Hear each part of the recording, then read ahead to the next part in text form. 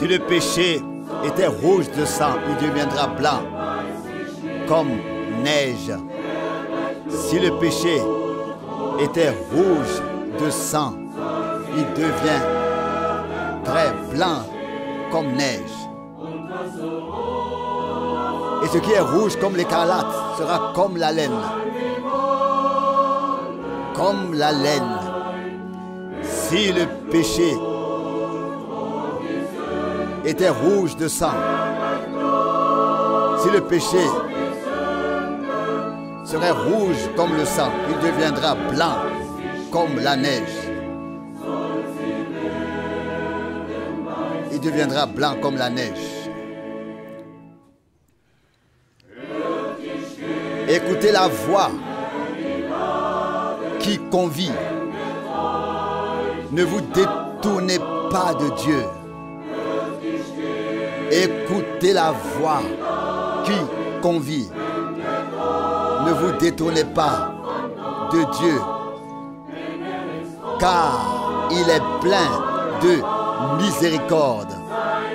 Sa fidélité est grande. Écoutez la voix qui convie. Entendez la voix qui convie. Ne vous détournez pas de Dieu. Ne vous détournez pas de Dieu. Il pardonne la transgression et ne se souvient pas du péché. Il pardonne la transgression et ne se souvient pas du péché. Venez à lui, vous qui êtes fatigués, car en lui est le repos. Il pardonne la transgression. Il pardonne la transgression et ne se souvient pas du péché. Et ne se souvient pas du péché.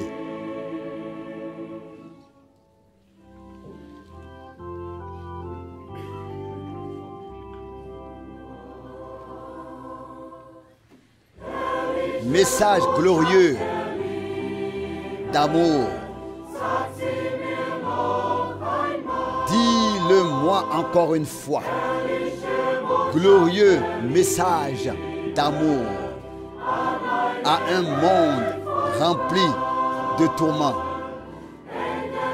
Les anges l'annoncent avec ravissement. Les bergers l'écoutent avec étonnement. Et toi qui es lié par le péché, écoute ce message. T'es destiné. Merveilleux, merveilleux message d'amour.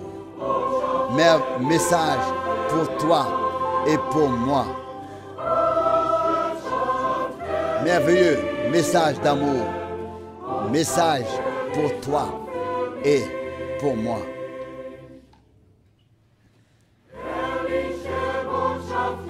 Magnifique message d'amour.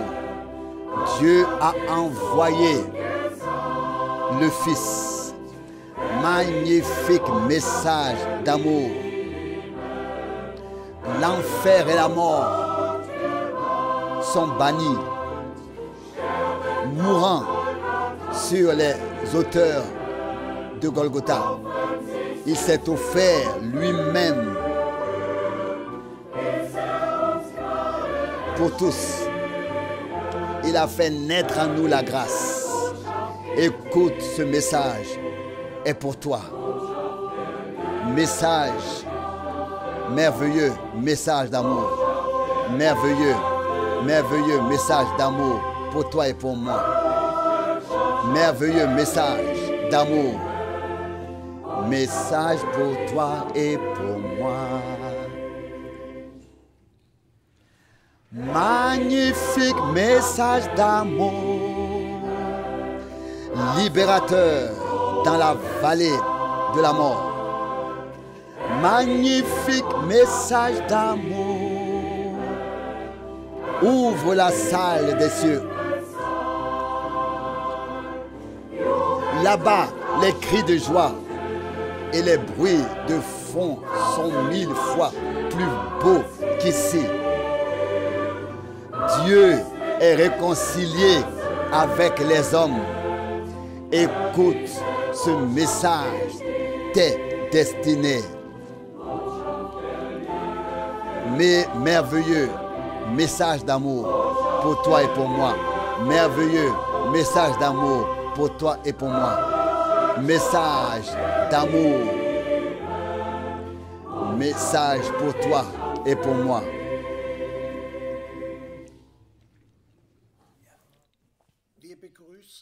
Nous saluons tous les frères et sœurs du monde entier.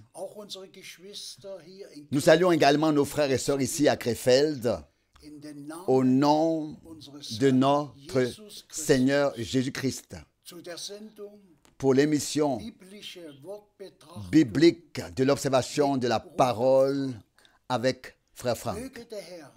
Puisse le Seigneur bénir tous les auditeurs de ce matin par sa parole, les fortifier dans la foi et les préparer à la venue du Seigneur. Je lis une parole de l'Écriture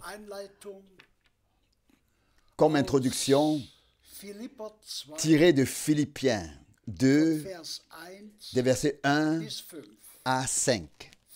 Philippiens 2, des versets 1 à 5.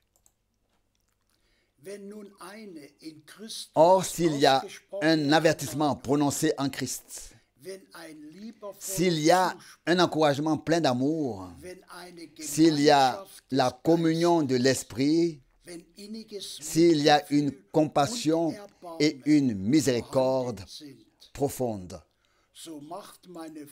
rendez ma joie parfaite en étant unis dans l'esprit, en nourrissant le même amour et en tendant d'un commun accord vers le même but. Ne faisant rien par dogmatisme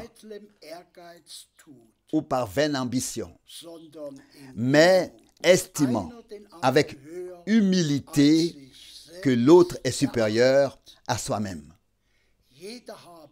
Que chacun, le verset 4, que chacun ne considère pas son propre intérêt, mais que chacun considère aussi celui des autres. Verset 5. Qu'une telle disposition habite en vous tous, comme elles existaient aussi en Jésus-Christ. Je t'en prie, frère Franck. Remercions le Seigneur pour une telle parole d'introduction précieuse et sainte jusqu'au dernier verset, que de tels sentiments, tels qu'ils étaient aussi en Jésus-Christ, habitent en vous tous. Que Dieu nous l'accorde vraiment à tous par grâce. Par grâce. Il faut que cela devienne une réalité divine. Que les qualités de notre Seigneur se manifestent dans notre vie. Et nous aurons à nouveau pour thème principal le retour de Jésus-Christ et notre préparation pour le jour glorieux de sa venue. Et pour cela, nous lirons à nouveau quelques passages bibliques. Et je le dis dès à présent, ce qui compte vraiment, c'est la foi. et l'obéissance, et de croire aux promesses de Dieu et de les accomplir dans l'obéissance. Je voudrais saluer chaleureusement tout le monde, dans le monde entier, souhaiter à tous la bénédiction de Dieu et en particulier à tous les frères qui servent de proclamer la sainte parole de Dieu telle qu'elle est écrite. Lisons quelques passages bibliques. Je t'en prie. Nous lisons des Actes des Apôtres, chapitre 1, le verset 4. Actes des Apôtres, chapitre 1, verset 4. Et comme il était assemblé avec eux, il leur commanda de ne point s'éloigner de Jérusalem, mais d'attendre l'accomplissement de la promesse du Père que vous avez entendu de moi, leur dit-il. Remercions le Seigneur. Nous savons tous, et nous pouvons le lire, qu'après sa résurrection, notre Seigneur et Sauveur bien-aimé a passé 40 jours avec ses apôtres, leur parlant du royaume de Dieu, les initiant à ce qui est devant eux. Et nous savons tous, en effet, ce que notre Seigneur a dit, que Jean a baptisé d'eau, mais vous serez baptisés du Saint-Esprit. Après avoir parlé du royaume de Dieu avec les apôtres pendant 40 jours, notre Seigneur leur a fait la promesse du Père, à savoir d'être remplis du Saint-Esprit. Et en fait, par là, il a exprimé: vous êtes des fils de Dieu, et c'est pourquoi la promesse du Père vous concerne, est pour vous. Il en va de même pour nous. Le Seigneur nous parle du royaume de Dieu. Le Seigneur parle avec nous du royaume de Dieu. Or, nous sommes déjà devenus des fils et des filles de Dieu par la nouvelle naissance. Et nous entendons ces précieuses paroles. Et nous pouvons tous lire que lorsque le Seigneur eut terminé ce qu'il avait à dire à ses apôtres, il fut élevé au ciel sous leurs yeux. Ils le suivirent des yeux, et lorsque leurs regards revinrent, ils virent deux anges vêtus de blanc, et la réponse qu'ils reçurent fut la suivante: le même Jésus qui a été enlevé au ciel du milieu de vous reviendra de la même manière que vous l'avez vu monter au ciel. Aujourd'hui, le Seigneur nous parle des choses du royaume de Dieu. Aujourd'hui, nous voulons être sous la conduite directe du Saint-Esprit. Nous allons maintenant lire d'autres passages bibliques. Nous lisons 2 Corinthiens 1, verset 20. 2 Corinthiens 1, verset 20. Car pour ce qui concerne toutes les promesses de Dieu, c'est en lui qu'est le oui. C'est pourquoi encore l'Amen est prononcé par lui pour que Dieu soit glorifié par nous. Nous pouvons toujours souligner à nouveau que les véritables enfants de Dieu sont des enfants de la promesse. Et c'est tout simplement nécessaire, car dans les promesses de Dieu, notre foi est tout simplement si solidement fondée et ancrée que rien ne peut nous arracher. Et nous savons tous que Jean-Baptiste était un prophète promis. Notre Rédempteur a été promis dès le début. Et tout l'Ancien Testament nous a montré la promesse de notre Rédempteur. Et ensuite, nous voyons comment la promesse de sa venue s'est réalisée. Et de la même manière, nous sommes des enfants de Dieu, des enfants de la promesse. Et nous croyons chaque promesse que Dieu nous a faite dans sa parole. Car c'est par nous que les dernières promesses trouveront leur accomplissement. Je t'en prie. Nous lisons le verset 28 de Galates 4. Galates 4, verset 28. Et vous, bien-aimés frères, à la manière d'Isaac, vous êtes enfants de la promesse. Amen. Cela doit vraiment nous aller droit au cœur aujourd'hui.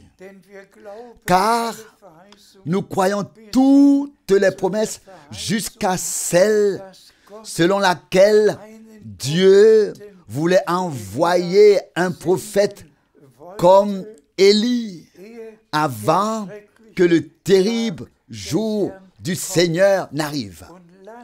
Et permettez-moi de le dire en toute clarté. Les vrais enfants de Dieu croient la promesse et on part à l'accomplissement de ce que Dieu a fait à notre époque par l'intermédiaire du prophète qu'il a promis. Car, comme il est écrit, il ramènera le cœur des enfants de Dieu à la foi des pères. Et c'est ce qui s'est passé. La promesse a été accomplie par nous et en nous. Et nous en sommes reconnaissants à notre Seigneur. Je t'en prie. Nous lisons Hébreux 2, le verset 11. Hébreux 2, le verset 11. Hébreux 2, verset 11. Car tous deux, celui qui sanctifie et ceux qui sont sanctifiés, sont tous issus du même Père. C'est pourquoi il n'a pas honte de les appeler frères. Remercions notre Dieu. Combien de fois avons-nous insisté sur ce point? Le même Saint-Esprit qui est venu sur Marie et qui a ainsi et qui a ainsi donné naissance au Fils de Dieu est le même Saint-Esprit qui a été répandu à la Pentecôte et qui est venu sur et dans l'Église afin que nous puissions naître de nouveau et être ensuite remplis du Saint-Esprit. Et c'est pourquoi il est aussi vrai, comme c'est écrit, notre Sauveur a pu dire, je monte vers mon Père et vers votre Père, vers mon Dieu et vers votre Dieu. Il n'a pas eu honte de nous appeler ses frères. Et nous n'avons pas honte de l'appeler notre Sauveur bien-aimé. Que Dieu soit remercié pour cela. Amen. Je t'en prie. Nous lisons d'Hébreux 3, les versets 7 à 8. Hébreux 3, versets 7 à 8. Hébreux 3, versets 7 à 8. C'est pourquoi, le verset 7, c'est pourquoi la parole du Saint-Esprit nous est applicable aujourd'hui. Si vous entendez sa voix, verset 8, n'endurcissez pas vos cœurs, comme lors de l'irritation au jour de la tentation dans le désert. Aujourd'hui, si vous entendez sa voix, permettez-moi de mentionner aujourd'hui quelques pensées importantes sur aujourd'hui, sur l'expression aujourd'hui. Nous savons tous que, par exemple, au jour de Moïse, il y avait un aujourd'hui pour Israël. En effet, ce que Dieu a fait autrefois était un aujourd'hui pour ceux qui vivaient à cette époque et qui participaient à ce que Dieu avait promis, à savoir qu'il ferait sortir son peuple après 400 ans. Mais ensuite, un autre aujourd'hui est venu sous l'homme de Dieu, Josué. Sous l'homme de Dieu, Josué. Frères et sœurs, après le ministère de Moïse, Josué a eu un ministère particulier. Et c'était un nouveau aujourd'hui. Ce qui s'est passé sous Moïse était déjà hier. Mais ce qui s'est passé sous Josué, c'était aujourd'hui. Et le même Dieu qui était avec Moïse a dit à Josué, comme j'ai été avec Moïse, ainsi je serai avec toi. Et il lui a parlé directement. Et puis, frères et sœurs, lors du nouveau aujourd'hui, qui a eu lieu dans le temps de Josué, à l'époque de Josué, la promesse s'est tout de même réalisée, que le peuple n'a pas seulement été sorti de l'esclavage d'Égypte, mais qu'il a été introduit dans la terre, dans le pays de la promesse. Moïse a pu monter sur le mont Nebo et contempler et regarder dans le pays de la promesse. Il voyait Jéricho. Devant lui, il voyait le pays promis. Mais c'était un nouveau aujourd'hui qui avait commencé. Et Josué a fait traverser le Jourdain au peuple pour entrer dans la terre, dans le pays de la promesse. Un nouveau aujourd'hui. Et ce qui s'est passé hier sous Moïse était la préparation de ce qui s'est passé aujourd'hui sous Josué. Et nous pouvons regarder en arrière dans les réveils depuis la Réformation. Il y a toujours eu un aujourd'hui à l'époque de la Réformation, et alors tous pourraient être mentionnés, même ceux qui sont apparus avant la Réformation.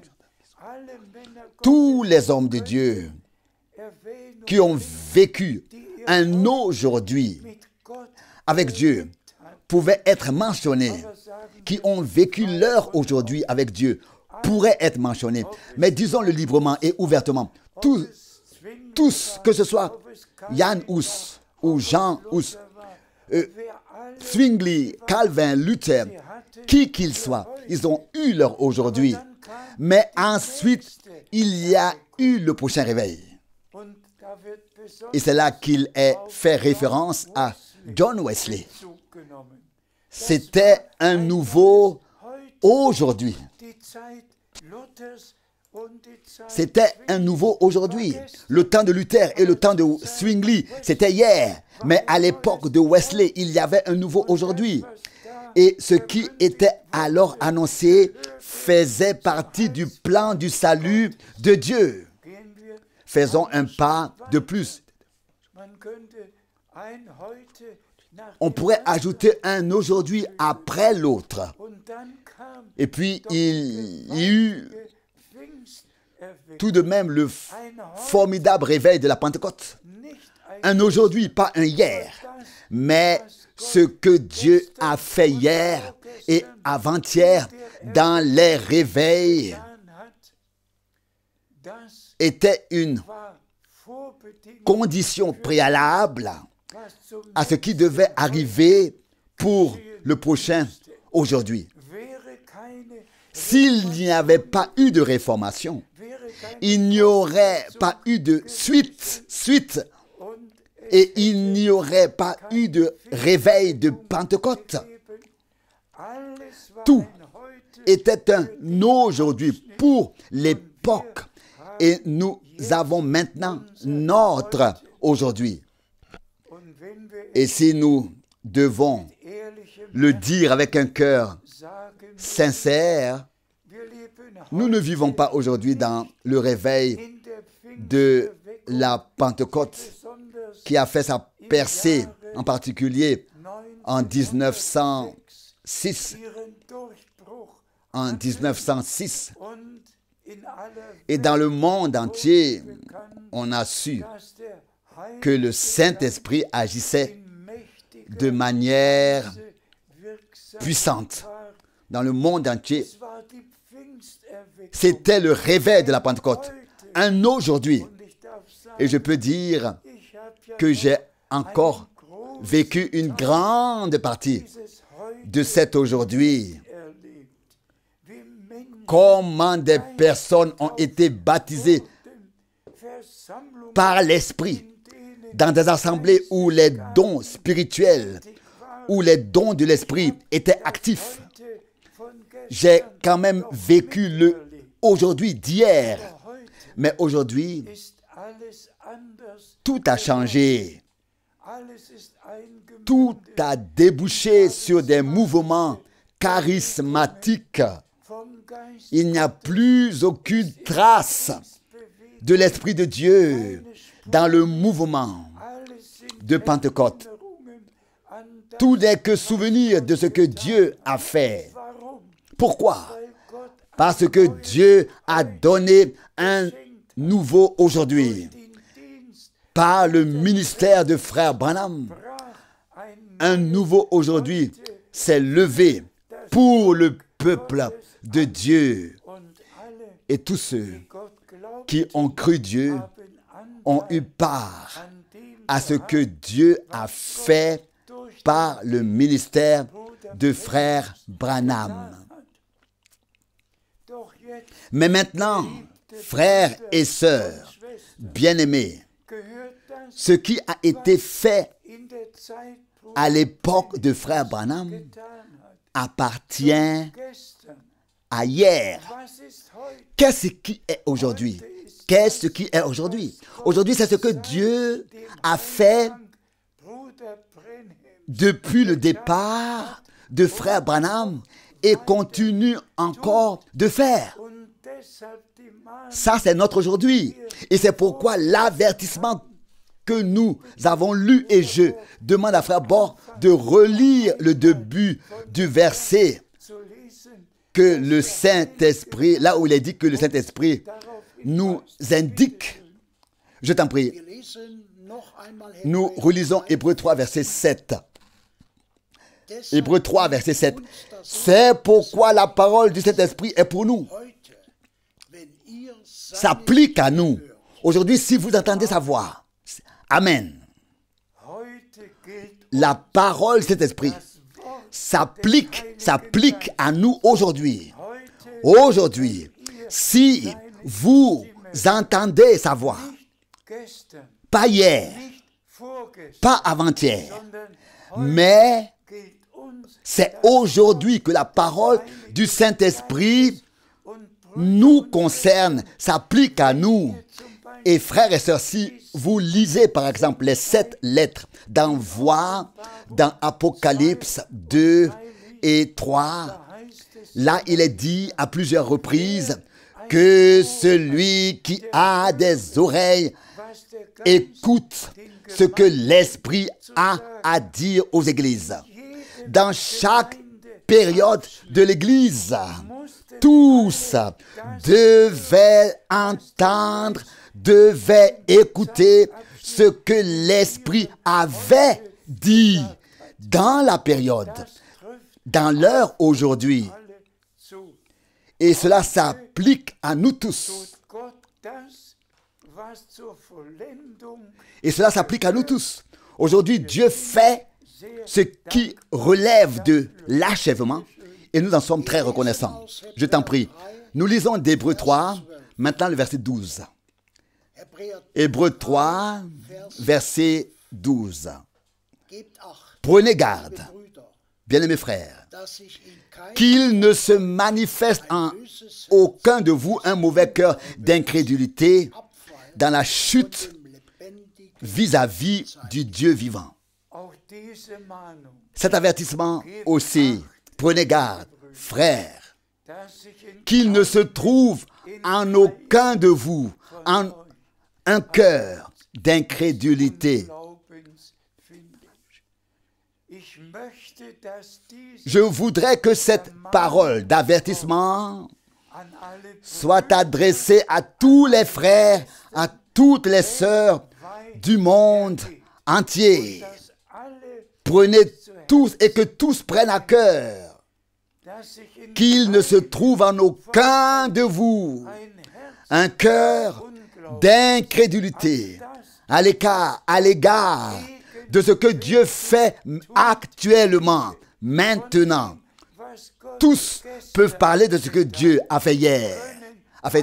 Tous peuvent également parler de ce que Dieu a fait avant-hier. Mais aujourd'hui, il s'agit de croire et qu'il n'y ait pas un seul cœur d'incrédulité chez ceux qui vivent aujourd'hui, maintenant, et qui croient au dernier message. Mais que tous aient compris,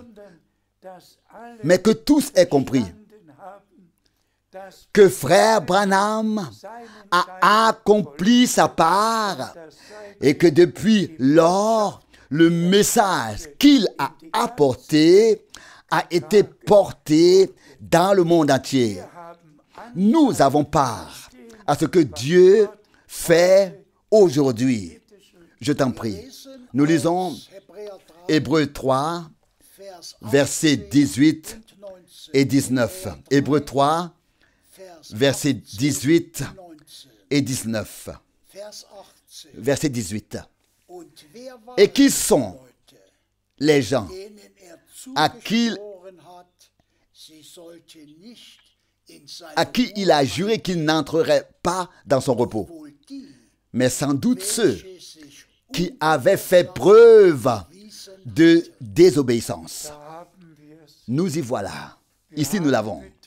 Nous avons souligné que la foi et l'obéissance vont de pair.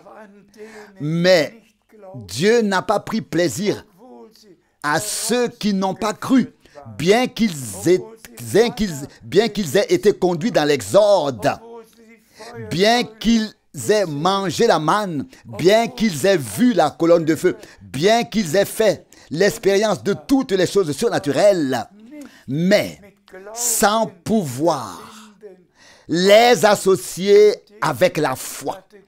Et en beaucoup d'eux, Dieu n'a pas trouvé son bon plaisir et 23 000 sont morts en un seul jour. Frères et sœurs, que Dieu accorde vraiment la grâce, que la foi et l'obéissance soient opérées en nous tous par l'Esprit de Dieu, jusqu'à ce que nous arrivions à la perfection. Je t'en prie. Nous lisons le verset 19 maintenant. Nous voyons donc qu'ils n'ont pas pu y entrer à cause de leur incrédulité. Encore une fois, l'accent est mis sur l'incrédulité. Qu'a dit frère Branham? L'incrédulité était le premier péché dans le jardin d'Éden. Et comment l'incrédulité est-elle venue à l'existence? Lorsque Satan, le vieux serpent, a remis en question ce que Dieu le Seigneur avait dit à Adam. Et lorsqu'il a dit à Ève, en disant à Ève, Dieu aurait-il vraiment dit? Et cela a suffi. Cela a suffi. Cela a suffi pour appeler à l'existence l'incrédulité maudite, bannie. Qui a le droit?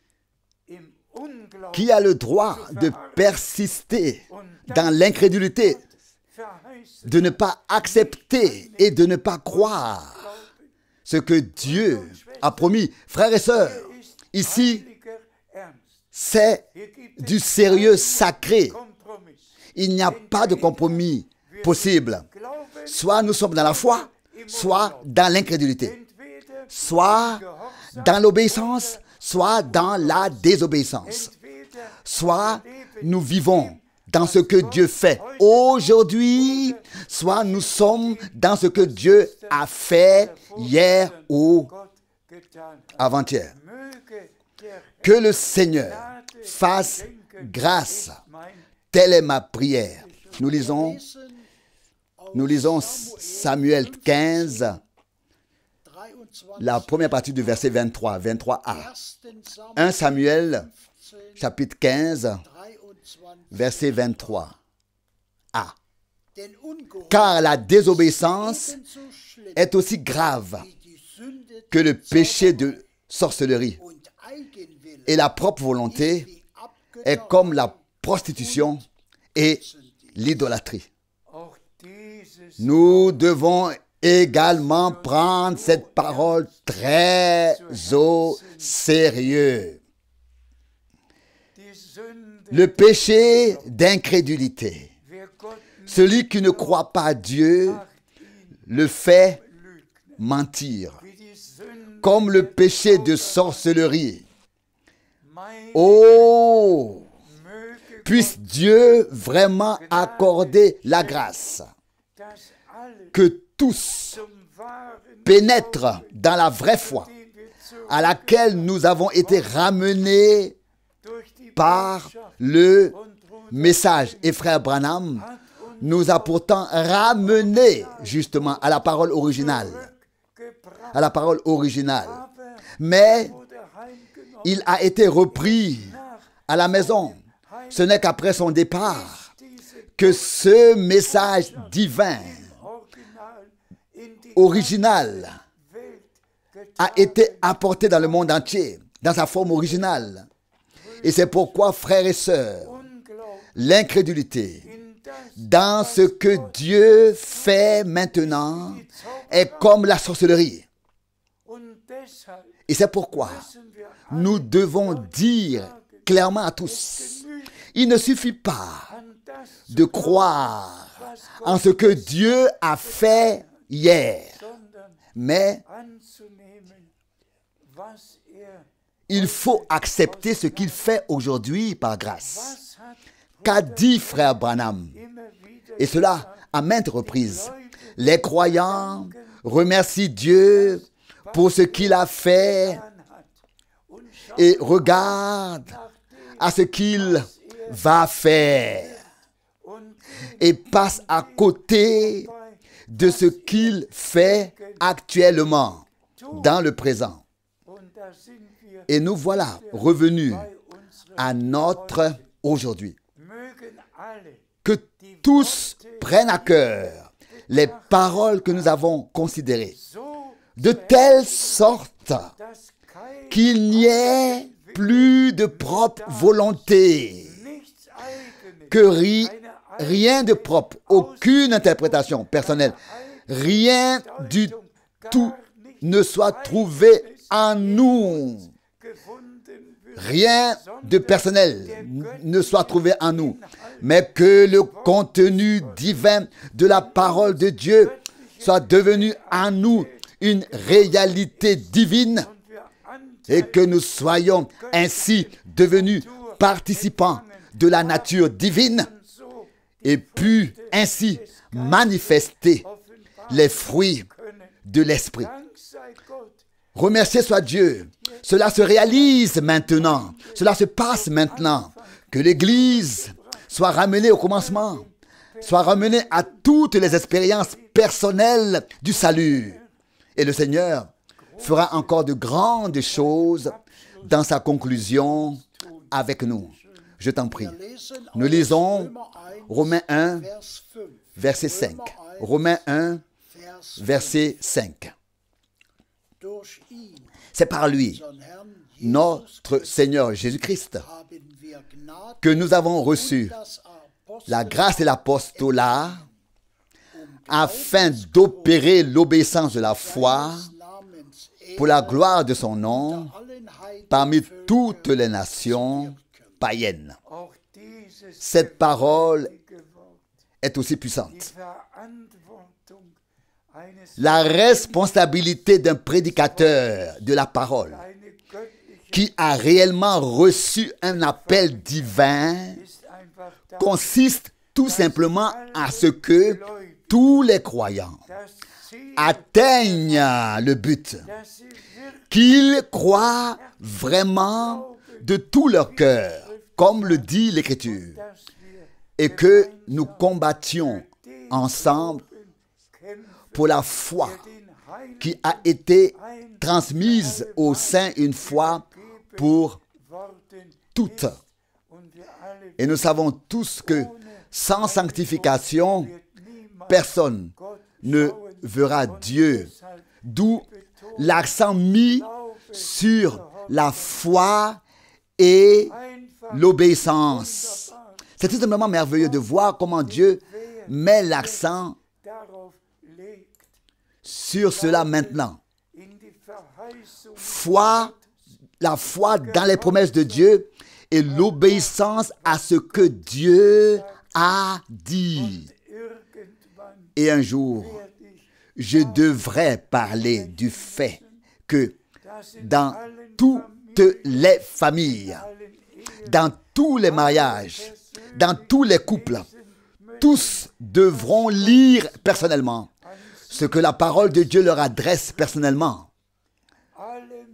Tous les maris devront lire ce que Dieu leur dit dans sa parole. Toutes les femmes devront lire ce que Dieu leur dit dans sa parole.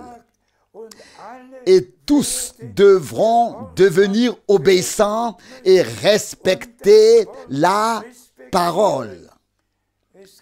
Il n'y a pas de respect dans l'Église qui ne commence pas à la maison. Que Dieu fasse vraiment grâce à tous. Je t'en prie. Nous lisons de Philippiens 2, le verset 8. Philippiens 2, verset 8. Il s'est abaissé lui-même et fut obéissant jusqu'à la mort. Même, oui, même la mort sur la croix. Remercié soit le Seigneur. Nous avons ici notre Rédempteur qui a versé son sang saint et précieux pour nous et a accompli la rédemption. Mais avant qu'il ne soit crucifié, il est écrit, il a été obéissant jusqu'à la mort sur la croix. Et notre obéissance commence lorsque nous avons été crucifiés avec le Christ. Lorsque notre vieil homme est mort avec lui et que notre homme nouveau est ressuscité avec lui. Ce n'est pas une théorie, ce n'est pas de la théorie, c'est une réalité divine. L'obéissance du Rédempteur jusqu'à la mort sur la croix était une réalité divine ici sur terre. L'obéissance des rachetés qui sont crucifiés avec Christ et ressuscités avec lui pour une vie nouvelle doit aussi maintenant être manifestée. Ça, c'est notre aujourd'hui. Et le Seigneur achève son œuvre de rédemption dans notre temps. Il a envoyé son messager, son prophète. Il nous a donné le message et par grâce, nous avons pu le porter dans le monde entier. Et tous ceux qui sont de Dieu entendent les paroles de Dieu, croient et sont obéissants en toutes choses, comme la parole de Dieu nous l'a dit. Lisons encore deux passages bibliques importants, je t'en prie. Nous lisons Hébreux 5, versets 8 et 9. Hébreux 5, versets 8 et 9. Malgré sa condition de fils, il a appris l'obéissance par des souffrances. Le verset 9, après être ainsi parvenu à la perfection, il est devenu pour tous ceux qui lui obéissent l'auteur du salut éternel. Pour tous ceux qui lui obéissent, il est devenu l'auteur du salut éternel. L'obéissance de notre Rédempteur doit devenir notre obéissance. Comme nous pouvons être reconnaissants pour de tels passages bibliques. Lisons-en un autre. Nous lisons le dernier passage biblique de 1 Pierre 1, verset 22. 1 Pierre chapitre 1, verset 22. Ayant purifié vos âmes par l'obéissance à la vérité, pour avoir un amour fraternel sans hypocrisie, ainsi aimez-vous profondément les uns les autres de tout cœur. À cela nous disons maintenant Amen. Après avoir dit tant de choses sur l'obéissance, l'apôtre écrit sous l'inspiration du Saint-Esprit. Puisque vous avez consacré vos âmes à la vérité par l'obéissance. Puisque vous n'avez pas, donc pas seulement entendu parler de l'obéissance, puisque vous n'avez pas seulement entendu parler de l'obéissance, mais que vous êtes devenus des enfants de Dieu obéissants, et que Dieu nous accorde cela à tous par grâce, d'unir la foi à l'obéissance et de rendre ainsi gloire à Dieu, gloire à notre Seigneur, d'honorer ainsi notre Dieu. Qu'il soit remercié et que tous dans le monde entier aient entendu, aient cru et aient été mis en communion réellement avec le Seigneur. Et que tous reconnaissent l'heure aujourd'hui. Aujourd'hui, si vous avez entendu sa voix, n'endurcissez pas votre cœur. Que la bénédiction du Dieu Tout-Puissant repose en particulier sur tous les frères qui servent et sur tout le peuple de Dieu dans toutes les nations et dans toutes les langues pour la gloire de Dieu au saint nom de Jésus. Amen.